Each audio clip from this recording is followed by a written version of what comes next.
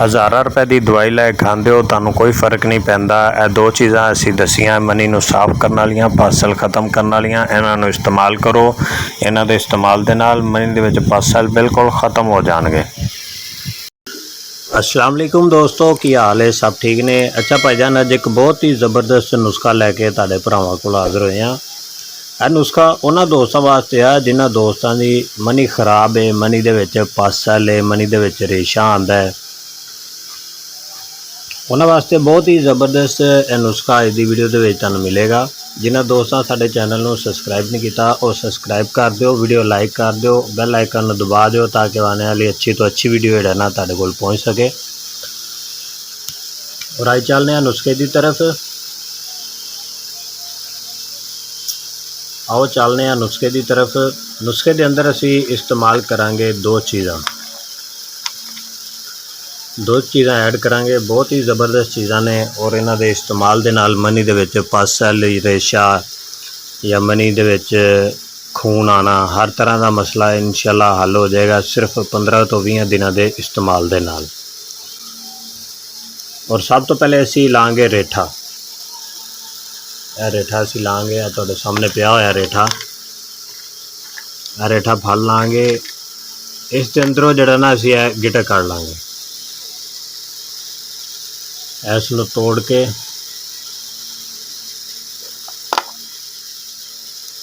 इहदे अंदरों असी गिटका कढ़ लैनियां। ये विचों कईयां दे निकली हुई हैं। देखो असी गिटक कढ़ के रखी हुई ताकि, और रेठा जिहड़ा ना तुसी ताज़ा ही लैना है, पुराना रेठा ना होवे, ज़्यादा पुराना जिहड़ा पिया खराब हो जाता है। देखो इस तरह गिटक कढ़ के और इसनूं भन लैना तुसी।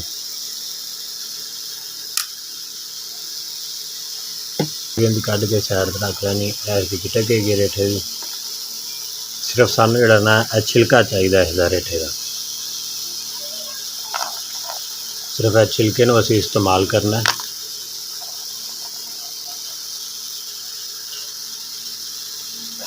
रेठे का छिलका है तुसी 10 ग्राम लै लेना। और इस दे नाल जिहड़ा ना असीं इस्तेमाल करांगे हल्दी। हल्दी जिहड़े आम घरां दे विच जिहड़ा ना खाणिਆਂ दे विच असीं इस्तेमाल करने हैं। और इस दे बेशुमार फायदे हैगे ने। दर्दां वास्ते बहुत ही ज़बरदस्त चीज़ हैगी है। जिन्हां दोस्तां नूं कमर विच दर्द होंदी, घुटने दर्द होंदे ने, पट्ठे कमज़ोर ने, उन्हां वास्ते बहुत ही ज़बरदस्त चीज़ हैगी। और ये अज असीं जिहड़ा ना तुहानूं पासल ख़त्म करने वास्ते इहदा तरीका इस्तेमाल दसांगे। 10 ग्राम तुसी रेठा लै लेना है और 10 ग्राम जिहड़ा ना तुसी हल्दी लै लैनी है। हल्दी बाज़ारों नहीं लैनी, हल्दी बाहरों कितों लैनी है, किते लगी होवे जिहड़ी ताज़ा। उन्होंने तुसी पट के उन्होंने उबाल के सुका लेना है। सुका के इसका पाउडर जिहड़ा ना पाउडर तैयार कर लैनी। बाज़ारों पाउडर वगैरह मिल जाता, हर चीज़ मिल जाती, लेकिन वो असल नहीं होंदी, उहदे विच मिलावट वगैरह होंदी है। तो उस तो तुसी बच के जिहड़ा ना खालस लैनी, खालस हल्दी होवे जिस तरह साडे कोल पई हुई है। देखो ना सानू खालस लभी से एक दोस्त ने दी है, साडे को खालस है। देखो इसनूं असीं उबालिया, उबाल के इसनूं जिहड़ा ना हुण खुशक करने पे हैं। धुप दे विच रखी हुई है ताकि खुशक हो जाए। देखो 10 ग्राम अगर तुसी रेठा लैंदे हो तो 20 ग्राम तुसी हल्दी लैनी है। और इन्हां दोनों चीज़ों के नाल अगर तुसी एक और चीज़ ऐड कर लवो, गंधक आमला सारा। एक गंधक होंदी है, पाउडर होंदी, पाउडर नहीं लैना, गंधक जिहड़ी डली वाली होंदी है वो लैनी है। अगर 10 ग्राम तुसी यह लैंदे हो तो 20 ग्राम तुसी जिहड़ा ना हल्दी लैनी है और 10 ग्राम जिहड़ा ना तुसी गंधक लैनी है। इन्हां तिन्नां चीज़ों नूं ग्राइंडर करके पाउडर बना के बिल्कुल बरीक कर लेना, कपड़ छान कर लेना करके उस तो बाद तुसी कैप्सूल भर लेने। तिन्नां चीज़ों के तुसी कैप्सूल भर लेने। कैप्सूल भर के सुबह शाम जिहड़ा ना एक कैप्सूल तुसी पानी दे नाल इस्तेमाल करना है।